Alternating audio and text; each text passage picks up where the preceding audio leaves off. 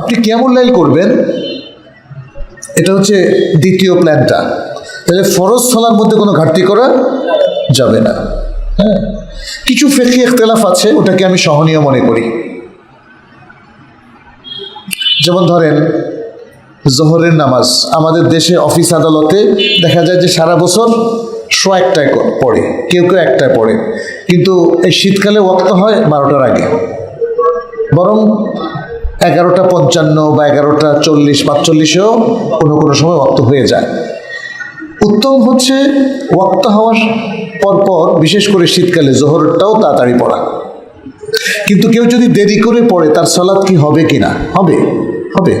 মসজিদগুলোতে আপনি দেখবেন, আরব দেশের মসজিদগুলো, শুধু সৌদি আরব না, অনেক দেশে, এটা মালয়েশিয়াতেও বেশ কিছু মসজিদে দেখেছি যে তারা ওয়াক্ত হওয়ার সাথে সাথে আজান দেয়, তারপরে 15 মিনিট 20 মিনিট বা 25 মিনিট পরে জামাত করে, মানুষকে একটু সুযোগ দেওয়ার জন্য। কোথাও 15 মিনিট, কোথাও 20, কোথাও 25 মিনিট। এটা উত্তম, এটা উত্তম। সবগুলো সালাত ওয়াক্ত হওয়ার সাথে আজানের উদ্দেশ্য কি? মানুষকে জানান দেওয়া যে ওয়াক্ত হয়ে গেছে। তাহলে মেয়েরা আউয়াল ওয়াক্তে পড়ে নিবে আর পুরুষরা জামাতে পড়বে। শুধু দুটো সালাতের ক্ষেত্রে একটু ব্যতিক্রম আছে। প্রথম ব্যতিক্রমটা হলো এশার সালাত। এশার সালাতে সারা বছরই, শীতকাল গরমকাল, নবী সাল্লাল্লাহু আলাইহি ওয়াসাল্লাম একটু দেরি করে পড়তেন। আর জোহরের ক্ষেত্রে নবী সাল্লাল্লাহু আলাইহি ওয়াসাল্লাম বলেছেন আবরিদু বিয-যুহর। এটা গ্রীষ্মকালে, গরমকালে মানুষ যেহেতু অনেক কর্মক্লান্ত থাকে, এই জন্য ওয়াক্ত হওয়ার পরে সে যেন গোসল টোসল করে বা একটু ক্লান্তি দূর করে আস্তে ধীরে পড়তে পারে। নবী সাল্লাল্লাহু আলাইহি ওয়াসাল্লাম একটু দেরি করে জোহর গরমের সময় জামাতের সাথে পড়তে বলেছেন। কিন্তু আরেকটা জিনিসও মনে রাখতে হবে, প্রত্যেক সালাতের আউয়াল ওয়াক্ত এবং শেষ ওয়াক্ত নবী সাল্লাল্লাহু আলাইহি ওয়াসাল্লাম জিবরিলের কাছ থেকে ট্রেনিং নিয়েছেন। আল্লাহ তাকে নির্দেশ করেছেন যে নবী সাল্লাল্লাহু আলাইহি ওয়াসাল্লামকে যেন আউয়াল ওয়াক্তে একবার পড়ানো হয় আর আখের ওয়াক্তে একবার পড়ানো হয়। তাহলে আউয়াল থেকে আখের ওয়াক্তের মধ্যে কেউ যদি সালাত পড়ে, হবে কি না?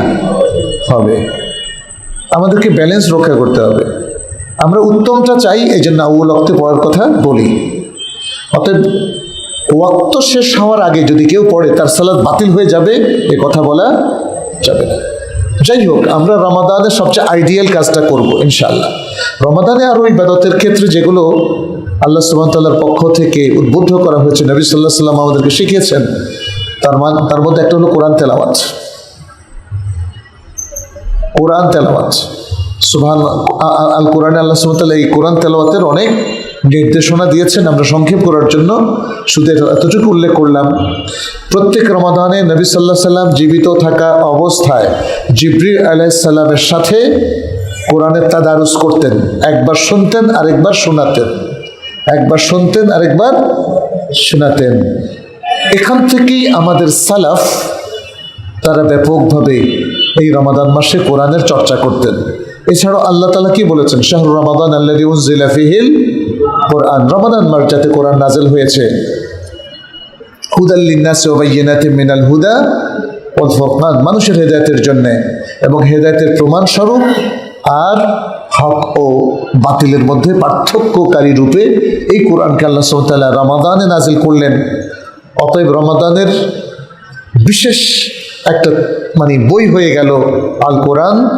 মুসলিমদের উচিত হচ্ছে রমাদানে বেশি বেশি কোরআন পড়া, বোঝা, উপলব্ধি করা, এর তাফসির হৃদয়ঙ্গম করা। তার অন্য কথায় কোরআন চর্চা। এখানেও দেখেন আমাদের বাংলাদেশে কোরআন চর্চা বলতে আমরা কি বুঝি? সবিনা পড়া, কিছু হুজুর ডেকে নিয়ে এসে কোরআন তেলাওয়াত করা, আর নিজেও পারলে একটা খতম দেওয়া, বাস শেষ, কোরআন চর্চা শেষ। কোরআন বুঝার কোনো গরজ নাই, কোরআন অনুযায়ী আমল করার কোনো গরজ নাই। তাহলে ইবাদতে কিন্তু আমাদের দেখেন, আমাদের বুঝার সংকীর্ণতার কারণে ইবাদতের প্ল্যানেও ত্রুটি হয়ে যাচ্ছে।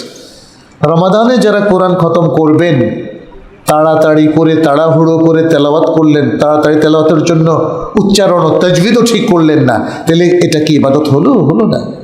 আচ্ছা, কোরআনের জন্য আপনি সময় বের করছেন রমাদানে, তো এটা কোরআনের অর্থটা পড়ছেন না কেন? কোরআন বুঝার জন্য কোনো প্ল্যান নাই কেন? যে কোরআন বুঝবে না সে কোরআন অনুযায়ী আমল করবে কি করে?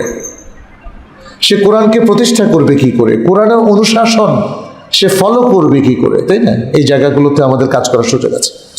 এরপরে আরেকটা ইবাদত হলো সাদাকা, ফরজ সাদাকা আর নফল সাদাকা। ফরজ সাদাকাটা কি? যাকাত। যাকাতের ক্ষেত্রে প্ল্যানটা করবেন এভাবে, যদি রমাদানে হিসাব করেন তাহলে রমাদানে দিয়ে দিবেন। আর যদি যাকাত আপনার উপর ফরজ হয়ে যায় রমাদানের 1 মাস 2 মাস 3 মাস আগে, তখন কি রমাদান পর্যন্ত ওয়েট করবেন? করা যাবে না, কিন্তু এটা কবিরা গুনাহের কাজ হয়ে যাবে। কিসের কারণে আপনি আরেকজনের হক আটকায় রাখলেন? আপনার কিছু সওয়াবের জন্য। এমন নির্দেশনা কি কোরআনে আছে, হাদিসে আছে? যাকাত আটকায় রাখবেন কারণ রমাদানে অনেক ফজিলত, এই ফজিলতটা আপনি একা ভোগ করবেন, আর যারা যাকাতের হকদার তাদের হকটাকে আটকায় রাখলেন।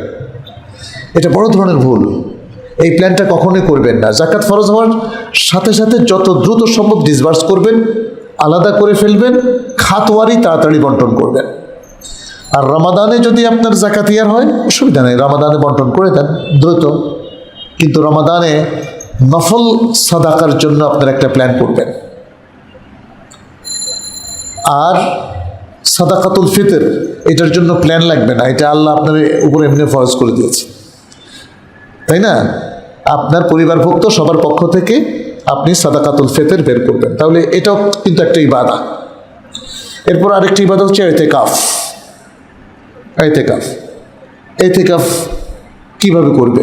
আমাদের অনেকে যেমন হেফজ করতে গিয়ে বলে হয় কোরআনের পুরো হাফেজ হবো, নাহলে কিছু হেফজ করবো না। এটা না, আমরা বারবার বলি যে আপনি কোরআন পারলে 1 পারা হেফজ করেন, আরেকটু পারলে 2 পারা 3 পারা 2.5 পারা 5 পারা 10 পারা 15 পারা।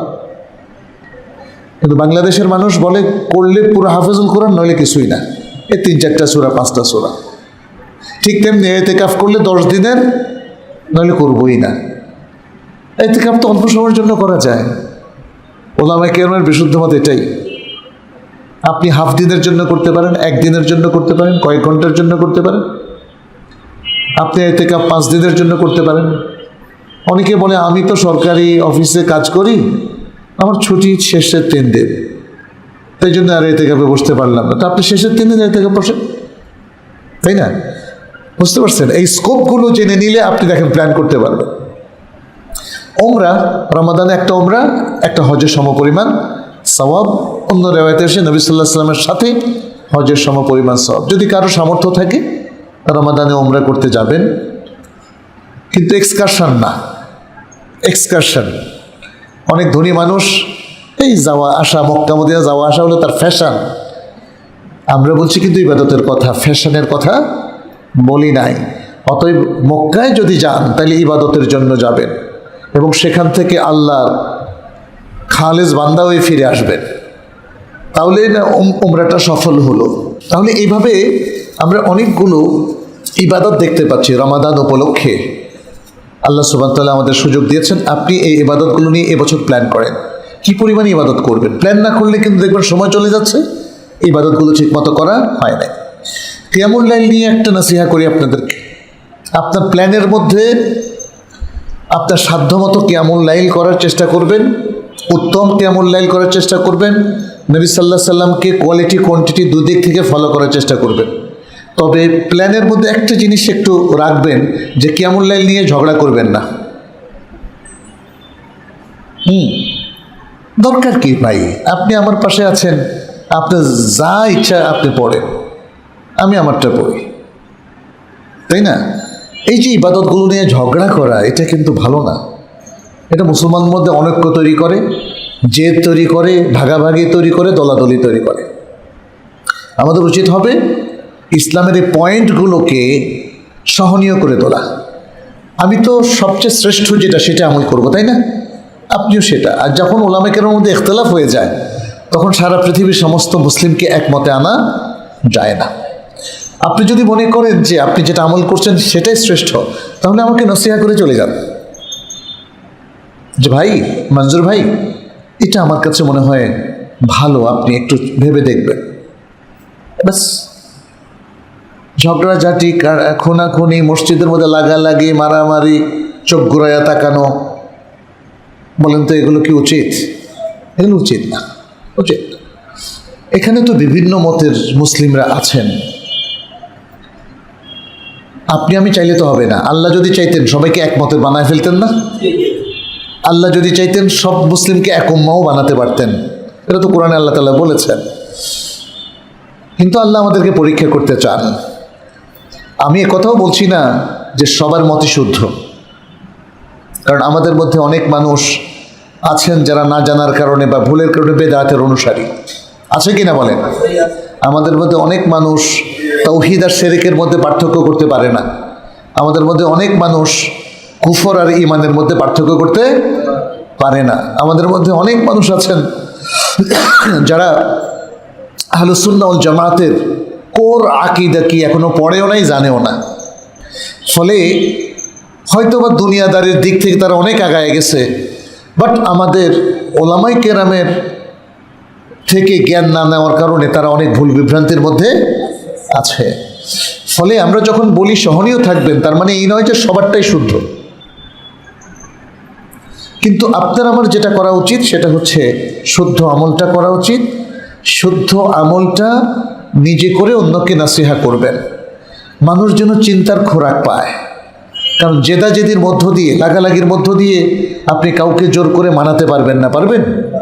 বরং আপনি যদি বলেন ভাই এই আমলটা একটু চিন্তা করে দেখবেন, বা আপনি স্কলারদের সাথে এটা নিয়ে আলাপ করেন, হ্যাঁ, যে আমলটা আপনি করছেন সেটার চাইতে এটা উত্তম, এই ধরনের নাসিহা কিন্তু জায়েজ আছে। বরং এই ধরনের নাসিহা আপনার করা উচিত। আপনি যেই সঠিক ইলমটা পেয়েছেন, সঠিক আমলটা পেয়েছেন, সেটা অন্যকে জানান, কিন্তু জোর করে না। আপনি আপনার ছোট বাচ্চাকেও যদি জোর করে সালাত পড়াতে যান, নামাজ পড়াতে যান, ও কিন্তু লুকায়া দেখবেন যে আপনার থেকে দূরে থাকলে ওই সময় সে পড়বে না। তো বাবা এখন কি করবে, এখন তো আমি পড়বো না, তাই না?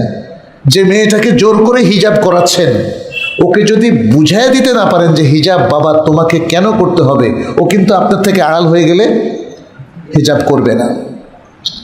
আমাদের মুসলিমদের সন্তানরা এখন বাংলাদেশেই অনেকের ক্যারেক্টার দুইটা, একটা বাবা মায়ের সামনে একরকম, আরেকটা বাইরে আরেক রকম।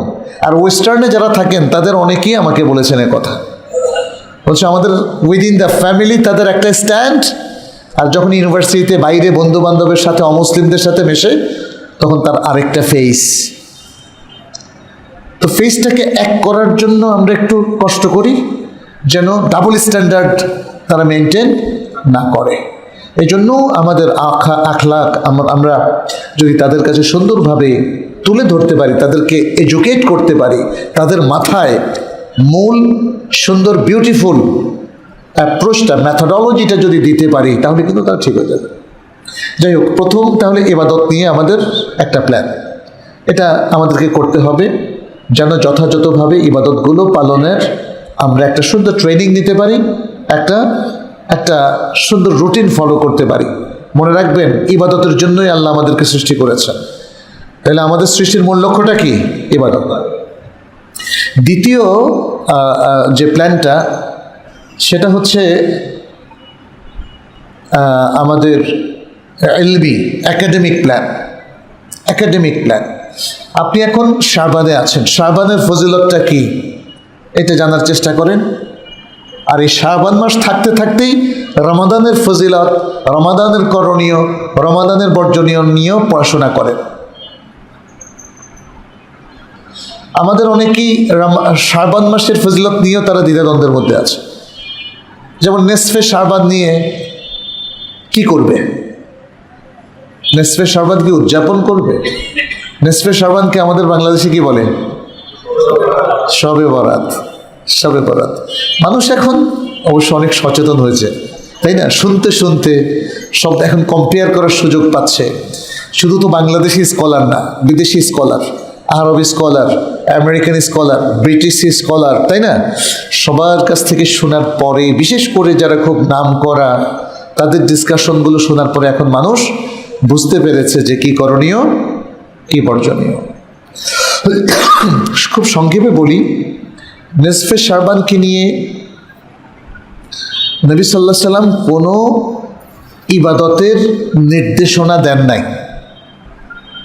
যে নির্দেশনাগুলো আমরা বিভিন্ন হাদিসে পাই সেগুলো একটাও শুদ্ধ না। যে সারা রাত নামাজ পড়া, 1000 রাকাত নামাজ পড়া, ভিন্ন আঙ্গিকে নামাজ পড়া, আতশবাজি ফুটানো, কিংবা খাবার দাবার ভালো ভালো খাবার খাওয়া, বা এই রাত্রে তাকদীর বন্টন হয়, এই যে কথাগুলো, এগুলো একটাও অথেন্টিক হাদিস নয়। পরের দিন রোজা রাখার যে হাদিসটা, এটাও কেউ কেউ বলেছেন মাউদু বা জাল, আবার কেউ কেউ বলেছেন অতীব দুর্বল। নবী সাল্লাল্লাহু আলাইহি ওয়াসাল্লাম থেকে একটা হাসান হাদিস আছে, এই রাত্রে আল্লাহ অনেককে ক্ষমা করে দেন। ওলামায়ে কেরামের মধ্যে অনেক সংখ্যক ওলামায়ে কেরাম এটাকে হাসান বলেছেন। শেখ আলবানীও হাসান বলেছেন, শেখ আব্দুল্লাহ জাহাঙ্গীর রাহমাহুল্লাহ তিনিও তার গবেষণায় দেখিয়েছেন যে এই রেওয়ায়তটা হাসান। কিন্তু এখানে কি কিছু করতে বলেছে?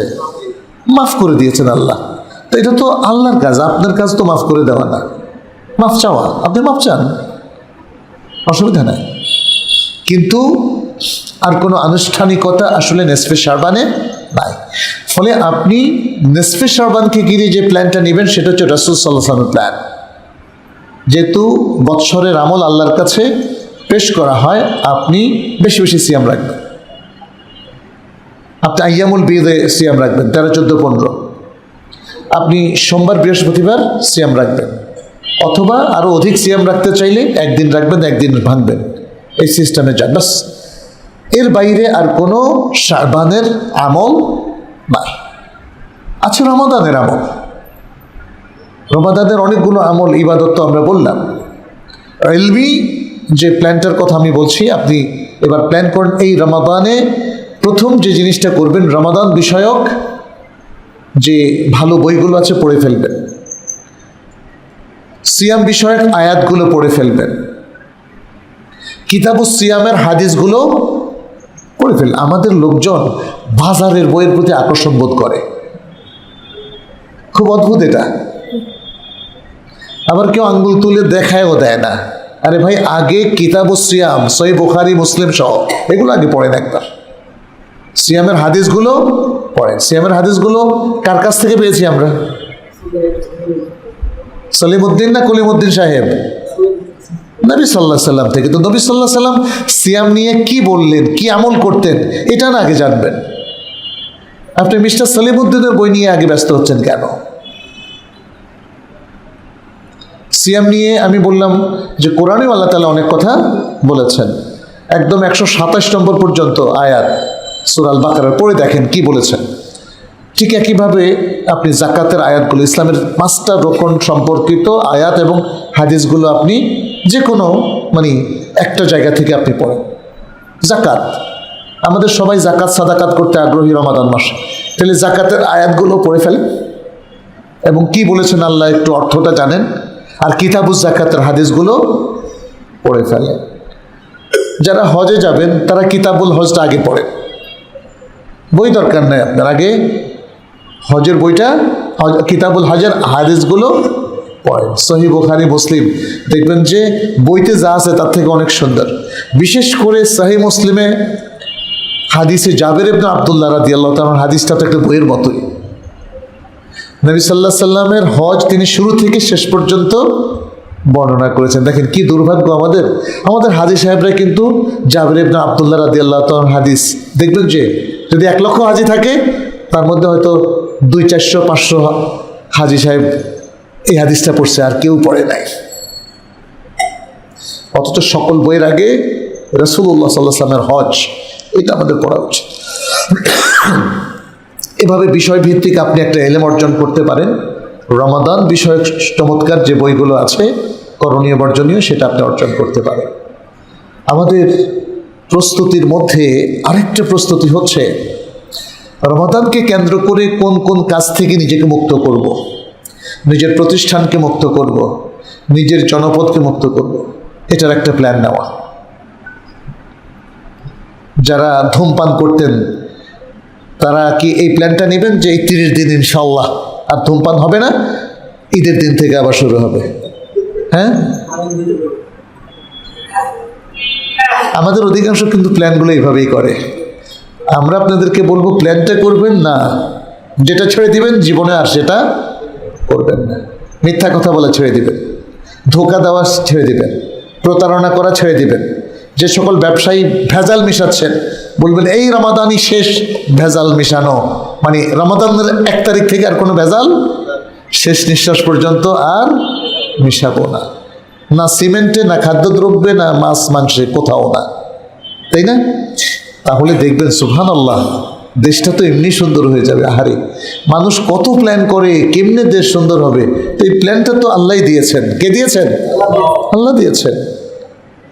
যারা রাজনীতি করেন, এখন তো সামনে রমজান, তারাও এই প্ল্যানটা করেন, রাজনীতিতে আর কোনো প্রতারণা করব না, মিথ্যা কথা আর বলবো না।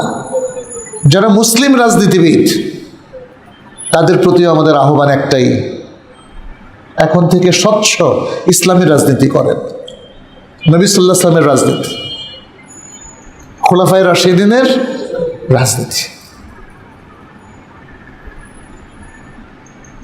মানে ইসলাম পরিপালনের মধ্যে ওয়াল্লাহি সুম্মা আল্লাহ মুসলিমদের মুক্তি, আর কোনো কিছুতে নাই। কোরআন সুন্নাহ অনুসরণের মধ্যেই মুসলিমদের দুনিয়া আখিরাতের কল্যাণ, আর কিছুতে নাই, আর কিছুতে নাই। মুসলিমরা আজকে এই বিশ্বাসটা হারিয়ে ফেলেছে। আজকে পাওয়ারফুল মুসলিমদেরকে আমরা দেখি, তাদের এই বিশ্বাসটা নাই। কোরআন সুন্নাহ অনুসরণের মধ্যে মুক্তি, এটা তারা মনে করে না। যদি মনে করতো তাহলে সেটাই করত। সুদ বর্জন, ঘুষ বর্জনের মধ্যে মুক্তি, এটা তারা মনে, আমাদেরকে এটা করতে হবে। প্রিয় ভাইয়েরা, যদি চান যে আপনার সিয়ামটা আল্লাহ কবুল করবেন, তাহলে এই কাজটা করতে হবে। নবী সাল্লাল্লাহু আলাইহি ওয়াসাল্লামের সে বিখ্যাত হাদিস সহিহ বুখারীর আপনারা জানেন, তিনি বলেছেন কি, মান লাম ইয়াদা আউলা যুরি ওয়াল আমালা বিহি ফালাইসা লিল্লাহি হাজাতুন ফি আন ইয়াদা তাআমাহু ওয়া শারাবাহু। যে ব্যক্তি সিয়াম রেখে মিথ্যা কথা, মিথ্যা কাজ পরিত্যাগ করলো না, তাহলে আল্লাহর কাছে তার খাদ্যদ্রব্য, পানীয় ত্যাগ করা এবং শাহওয়াত ত্যাগ করার কোনো প্রয়োজন নাই। ইট উইল নট ওয়ার্ক, এটা কাজ করবে না। আপনি যে উপবাস ব্রত পালনের মাধ্যমে সিয়াম রাখছেন, এটা কাজ করবে না যদি আপনি হারাম বর্জন না করেন, যদি আপনি বাতিলকে বর্জন না করেন, যদি আপনি মিথ্যাকে বর্জন। অতএব আমাদের একটা প্ল্যান থাকতে হবে, তৃতীয় প্ল্যান, যে আমি কি কি ত্যাগ করব। আপনার প্ল্যান যদি থাকে যে আমি যেহেতু ট্যাব, ইন্টারনেটে আসক্ত, ওইটা তো ত্যাগ করতে পারবো না। কেউ কেউ আছেন খারাপ ফিল্ম দেখতে অভ্যস্ত, তিনি যদি বলেন যে আচ্ছা এটা এত সহজ না, এটা ত্যাগ করতে পারবো না, তাহলে কিন্তু আপনার প্ল্যান বাস্তবায়ন হবে না। যেগুলো বড় বড় হারাম, এগুলো আপনাকে ত্যাগ করতে হবে, এগুলো আপনাকে ত্যাগ করতে হবে। আমাদের মধ্যে অনেক কিছুতে আসক্তি চলে এসছে, এই আসক্তিটা ত্যাগ করতে হবে। মনে রাখবেন, ভালো কাজের প্রতি আগ্রহকে আসক্তি বলে না। আপনার যদি সারাদিন সলাৎ পড়তে ইচ্ছে হয়, কেউ বলবে না ও সলাতে আসক্ত হয়ে গেছে, বলবে? আপনার যদি সারাদিন সত্য কথা বলতে ইচ্ছা হয়, কেউ বলবে না ও সত্য কথার প্রতি আসক্ত। বরং যদি ডেইলি 10টা করে মিথ্যা বলার অভ্যাস হয়, বলবে, মানুষ বলবে যে সে মিথ্যার প্রতি আসক্ত। ডেইলি যদি ধরেন আপনি চাইলে 500টা সিগারেট খেতে পারতেন, কিন্তু যদি 15টাও খান, তাইলেও বলবে মানুষ কি এই সিগারেটে আসক্ত। ডেইলি যদি আপনি খারাপ ফিল্ম একটা করেও দেখেন, ছাড়তে পারতেছেন না, তাহলেও মানুষ কি বলবে? আসক্ত। কিন্তু ডেইলি যদি ভালো কিছু কাজ করেন, কেউ এটাকে আসক্তি বলবে না, কারণ ভালো কাজে আসলে আসক্তি হয় না। ভালো কাজে লিপ্ত থাকাটাই হলো বিধান। আর সত্যিকার অর্থে মানুষের নফস, তার ব্যাপারে আল্লাহ কি বলেছেন? ইন্নান নাফসা লাআম্মারাতুম বিসসু, নফস তো খারাপের নির্দেশ দেয়, নফস কিন্তু ভালোর দিকে নেয় না। অতএব ভালো কাজ করার জন্য যদি আপনি অভ্যাস করে ফেলেন, এটা প্রশংসিত। এবং আপনার নফস কখনো ভালো কাজে আসক্ত হবে না, আপনার যত অভ্যাসই গড়ে না কেন। এরপরেও নফস আপনাকে ধোঁকা দেওয়ার চেষ্টা করবে, বলবে যে আরে দূর, অনেক করছো, এবার ক্ষান্ত দাও, আল্লাহ খুশি হয়ে গেছে।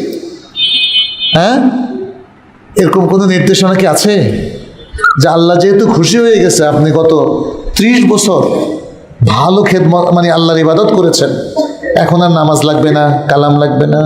হ্যাঁ প্রিয় ভাইরা, তাহলে প্ল্যানটা আমাদের, তৃতীয় প্ল্যানটা আমরা কি ত্যাগ করব?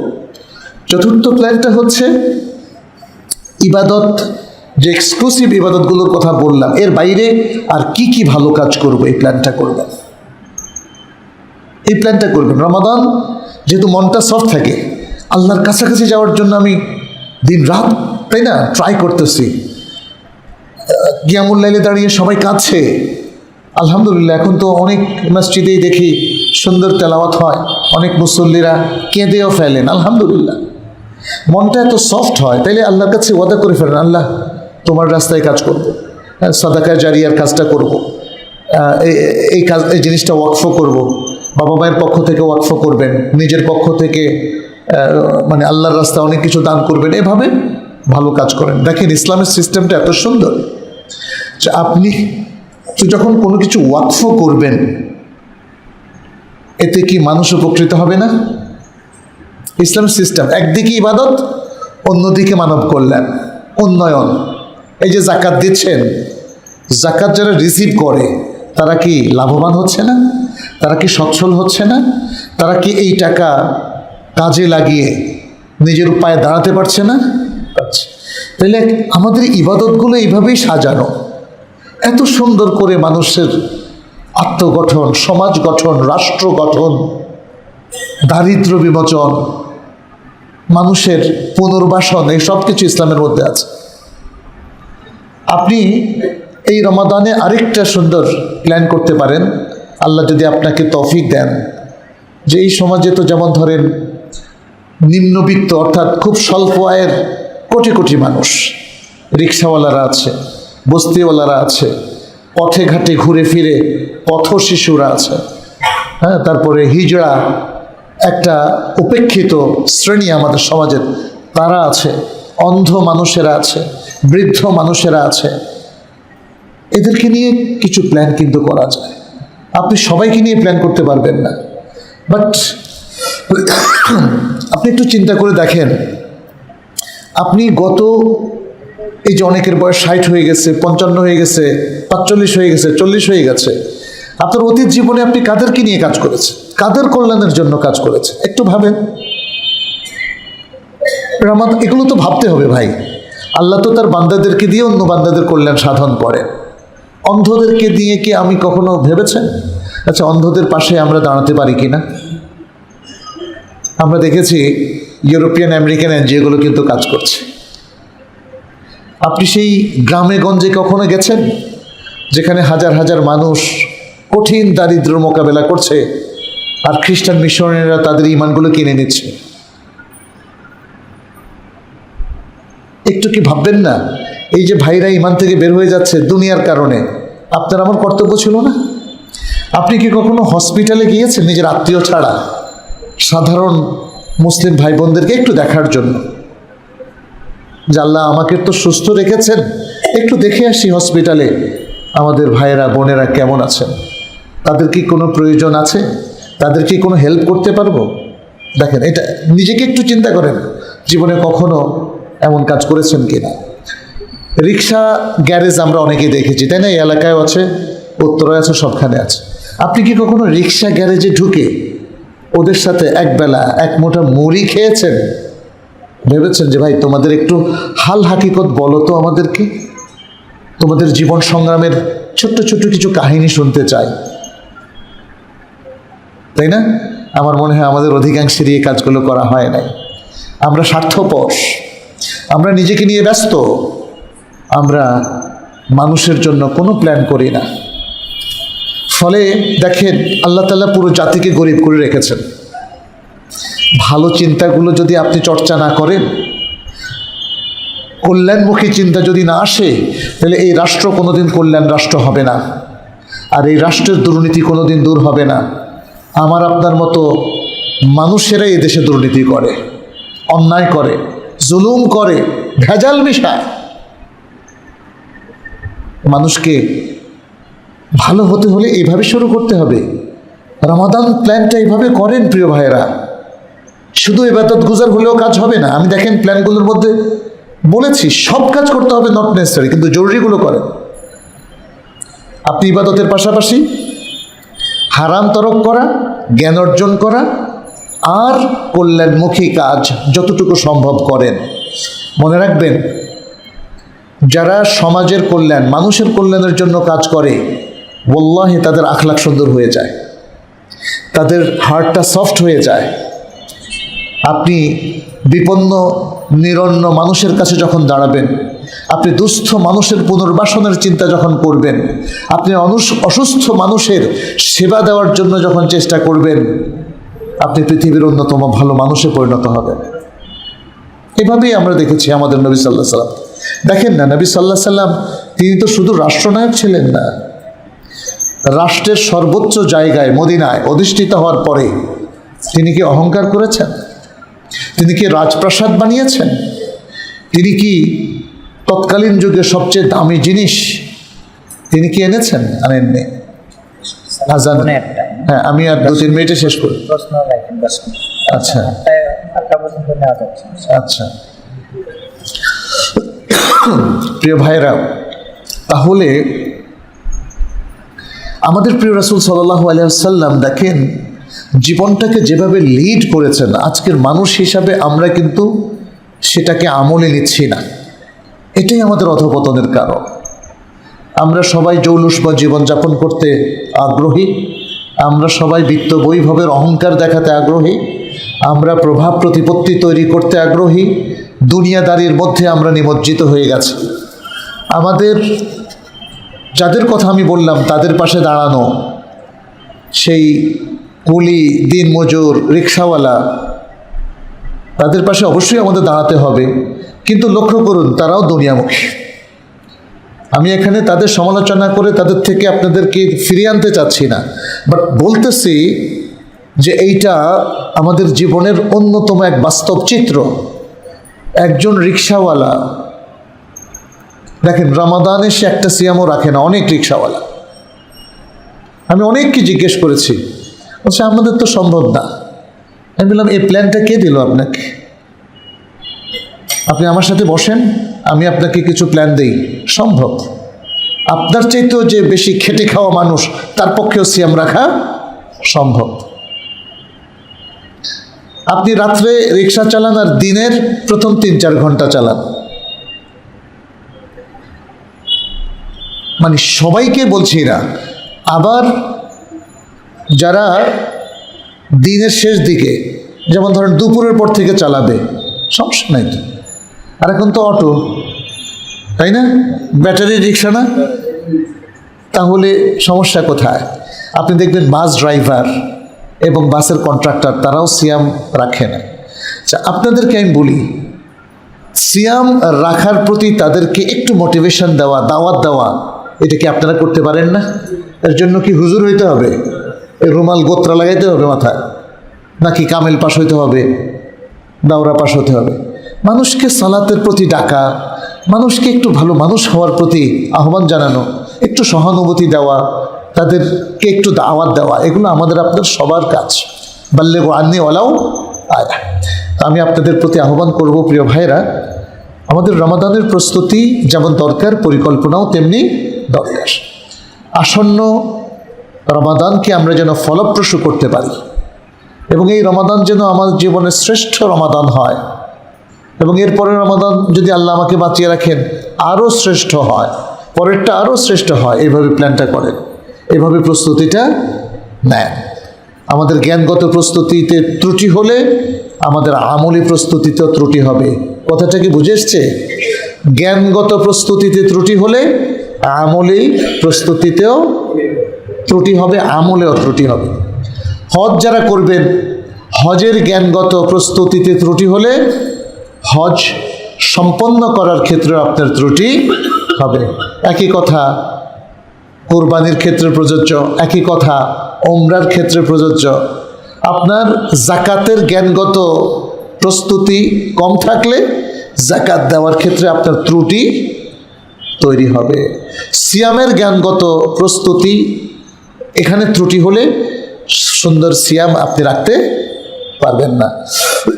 অতএব আমি আপনাদেরকে বলবো যে আসুন শারীরিক, মানসিক, জ্ঞানগত, একাডেমিক প্রস্তুতি সুন্দরভাবে নেই।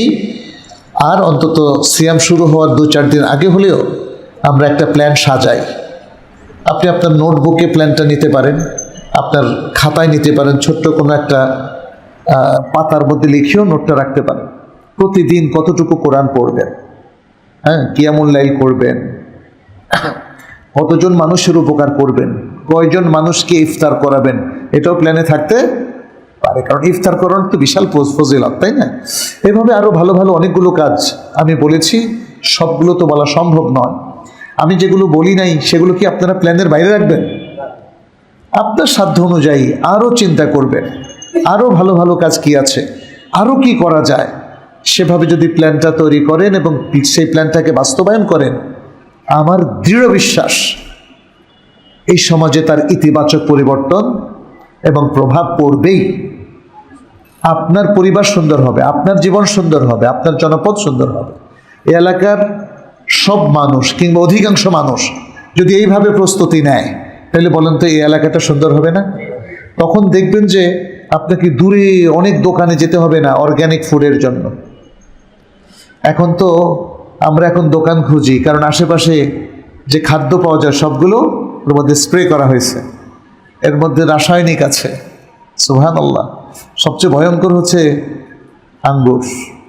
আমি আপনাদেরকে বলে দিই, আঙ্গুর কিনেন না প্লিজ, নিশ্চিত হওয়ার আগ পর্যন্ত। যে কারণ আঙ্গুরগুলো যখন চুবায় সমস্ত বিষ ভিতরে ঢুকে যায়। যাই হোক, আমি আমার কথা শেষ করছি।